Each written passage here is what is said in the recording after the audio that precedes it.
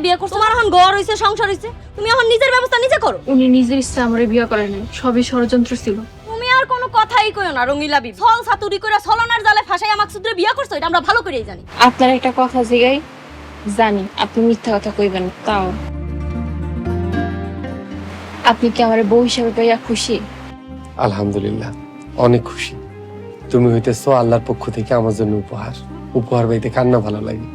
গ্রামের মানুষ আপনার ঘরে আমার জোর করে চাপাই দিছে, আপনি গেলেন আমার ইজ্জত বাঁচাইতে, আর পুরুষ হিসেবে পাইলেন এই। আমার মতো একটা অশিক্ষিত মা মরা এতিম মায়ের পাইয়া আপনি তো মনে হয় খুশি না। আমি হেল লাগে আগেই মাপছি। আসিয়া, এ কথা কোনোদিন কইবা না। তুমি আমার বিবাহিত স্ত্রী। আল্লাহর সাক্ষী রেখে আমি তোমার বিয়ে করছি। এই দুনিয়ায় তুমি আমার, আর আমি তোমার লাইগা সৃষ্টি হইছি। আল্লাহ পাকের রহমত আছে আমার উপরে। আপনার মতো এমন ভালো নেক স্বামী পাইয়া আমিও ধন্য। বাকি জীবন আপনার সেবায় কাটাইতে চাই। আলহামদুলিল্লাহ। আসিয়া, আমি খুব গরিব মানুষ। এখন থেকে তোমার দায়িত্ব আর কর্তব্য সব আমার। তোমার দায়িত্ব পালনে যদি কোনো সমস্যা হয়, না করতে পারি, তার লাইগা তুমি আগাম আমরা মাফ করে দিই। আল্লাহর দোহাই লাগে, আপনি আর আমার লজ্জা দিয়েন না। আপনার ভালোবাসা, 2 বেলা 2 মুঠো ডাল ভাত আর 2 হাতে 2টা শাড়ি, এছাড়া আমার কিছু চাই না। আলহামদুলিল্লাহ।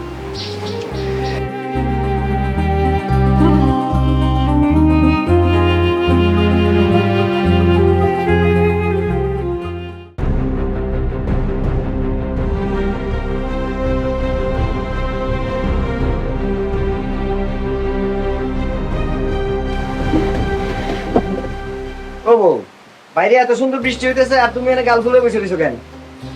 দেখো, তুমি কোনো কথাই কইও না। তোমার কথা আমার শুনতে মন চায় না। তোমার ভাই যে আকাম করতে যায় ধরা খায় ওই মেয়ের বিয়ে করছে, এটা আমি শুনছি। তুমি কার কাছে শুনছো? যার কাছে শুনছো সব মিছা কথা শুনছো। হ্যাঁ, সবাই তোমার ভাইয়ের নামে মিছা কথা কয় না? হ্যাঁ, কারণ ওরা সব মূর্খ আর আমার ভাই একটা আলেম। ওর হিংসা থেকে আমার ভাইয়ের নামে উল্টাপাল্টা কথা ছড়াইতেছে। আচ্ছা, তুমি চিনো না আমার বাইরে? ও কেমন মানুষ তুমি জানো না? আমার ভাই একটা সাচ্চা ইমানদার বান্দা। কি আমার সচ্চা বান্দারে? এজন্যই তো গ্রামের মানুষে তোমার ভাইরে নিয়ে সিসি করতেছে। সিসি করতেছে না, সবাই হিংসায় মরতেছে আর হিংসা করে এগুলা কইতাছে। কারণ আমার ভাই যে একটা নামাজি মাইয়া বিয়ে করে আনছে, তার সহ্য হইতাছে না। কি একটা বউ বিয়া করে নিয়ে আইছে। আমি কইছিলাম আমার খালাতো বোনকে বিয়া করতে। আমার খালাতো বোন কতই না সুন্দর, কত টাকা পয়সা ছিল গো। বিয়া করলে কত ভালো থাকতো, আরামায়েশে থাকতো। আসলে কি জানো, মুচির নজর না সবসময় পায়ের নিচেই থাকে। এটা তুমি কি কইলা? আচ্ছা, তুমি যে তোমার খালাতো বোনের কথা কইতেছো, কতটা মডার্ন মাইয়া। দেখো, আমি ওর ছোট করে কথা কইতেছি না, কিন্তু আমার ভাই একটা আলেম, ওকে দুইজনের তো মানাইবো না। তোমার বোন ঠিক মতো নামাজ কালামও পড়ে না। আমার ভাই নামাজ কালাম ছাড়া একটা মাইয়ের কোনোদিন নিয়ে সুখে থাকতে পারবো কও? আমার ভাই যারা বিয়ে করছে ও 5 ওয়াক্ত নামাজ কালাম পড়ে, ফরজগার। আল্লাহ যা করে ভালো লেগে করছে। খুব ভালো। তার ওই ভালো বউরে নিয়ে সে যেন কালকা থেকে আলাদা খায়। খাইবই তো, সারা জীবন কি কেউ বসে বসে খাইবো? আর ওর মাদ্রাসায় একটা চাকরির কথাবার্তা চলতেছে। আল্লাহর রহমতে তাড়াতাড়ি চাকরি বাকরি হয়ে যাবে। চাকরি বাকরি হলে আলাদাই একটা নিজের ব্যবস্থা করে নিব না। জি না, সে যেন কালকা থেকে আলাদা খায়। যদি কালকা থেকে আলাদা না খায়, তাইলে কিন্তু আমি বিরাট অশান্তি করবো। মনে রেখো তুমি ফাতেমার বাপ। আস্তে, একটু আস্তে কও। 2টা দিন যাইতে দাও, তারপর আমি আলাদা করে দিব না।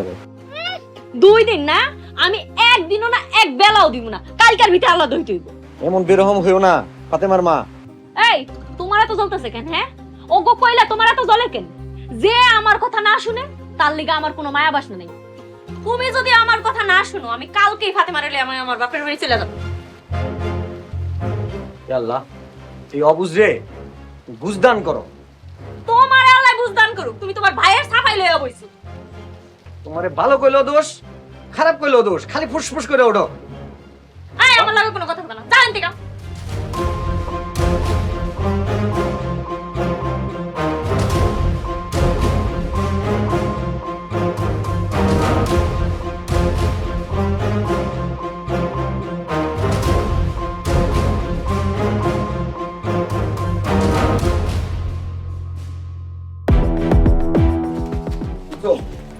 কোনো কথা বলবা না আমার লগে।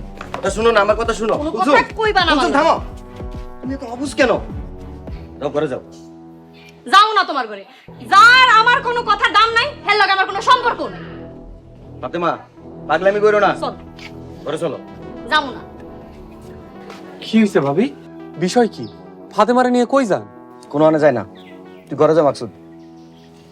কাকা আম্মা আমারে নিয়ে নানা বাড়ি যাইতেছে, আর কোনোদিন এই বাড়ি আইবো না। হায় আল্লাহ, আপনি নিজের বাড়িঘর থুয়ে কই যাইবেন? কি হয়েছে ভাবি? ভাইজান বকছে? কে আমারে বকবো? কার এত বড় সাহস? আমি উচিত কথা কইতে কাউরে ছাড়ি না। ওরে আমার উচিত বেগম রে, পারা তো খালি আমার লগে। ভাইজান তুমি চুপ করো তো। ভাবি কি হয়েছে আমার এখন? আচ্ছা মাকসুদ, তুমি নিজের ইচ্ছা বিয়ে করছো না? তোমার এখন ঘর হইছে, সংসার হইছে, তুমি এখন নিজের ব্যবস্থা নিজে করো। ভাবি, উনি নিজের ইচ্ছা আমার বিয়ে করেন নাই, সবই ষড়যন্ত্র ছিল। তুমি আর কোনো কথাই কইও না রঙিলা বিবি। তুমি যে কত ছল ছাতুরি করে ছলনার জালে ফাঁসাইয়া মাকসুদরে বিয়ে করছো, এটা আমরা ভালো করেই জানি। ভাবি আল্লাহর ওয়াস্তে চুপ করেন। কাউরে মিথ্যা অপবাদ দেয়া পাপ। বেচারি এই বাড়িতে আইসে 24 ঘন্টা হয়নি। মাকসুদ তুই কারে কি বুঝাস? ও যদি নিজের ইচ্ছা যদি এই বাড়ি ছেড়ে চলে যেতে চায়, জাগা, দরকার আমি আবার বিয়ে করবো, কিন্তু ভাই হয়ে তোর বাইরে আলাদা করতে পারবো না। করো তুমি বিয়া, থাকো তুমি তোমার ভাইরালে, আমি আমার মায়ের লয়ে বাড়ি। খবরদার, ফাতেমারে রেখে যাও, আমার মায়েরা নিয়ে টানাটানি করবে না। ভাবি আপনি এই বাড়ির বড় বউ, এই সংসারে সবার আগে আইছে, এই সংসারে আপনার অধিকার বেশি। ঠিক আছে, আইস থেইকা এক্ষুনি আমরা আলাদা হয়ে গেল। ভাই তোর চাকরি নাই, কাজ নাই, তুই কেমনে সংসার চালাবি? আল্লাহর রহমতে চলবো ভাইজান। আল্লাহ এই দুনিয়ার শত শত কোটি কোটি মানুষকে খাওয়ায়, আমাকে দুটারেও খাওয়াইব। ভাবি আপনি ঘরে যান, ফাতেমা আমার নিয়ে ঘরে যাও। এই চলো।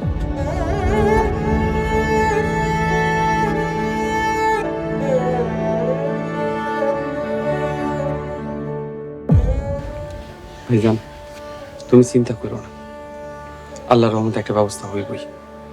আমি 2টা ছাত্র পড়াই, দরকার হলে 10টা ছাত্র পড়ামো, ভ্যান চালামো। আমার লইয়া সংসারে অশান্তি করো না ভাইজান।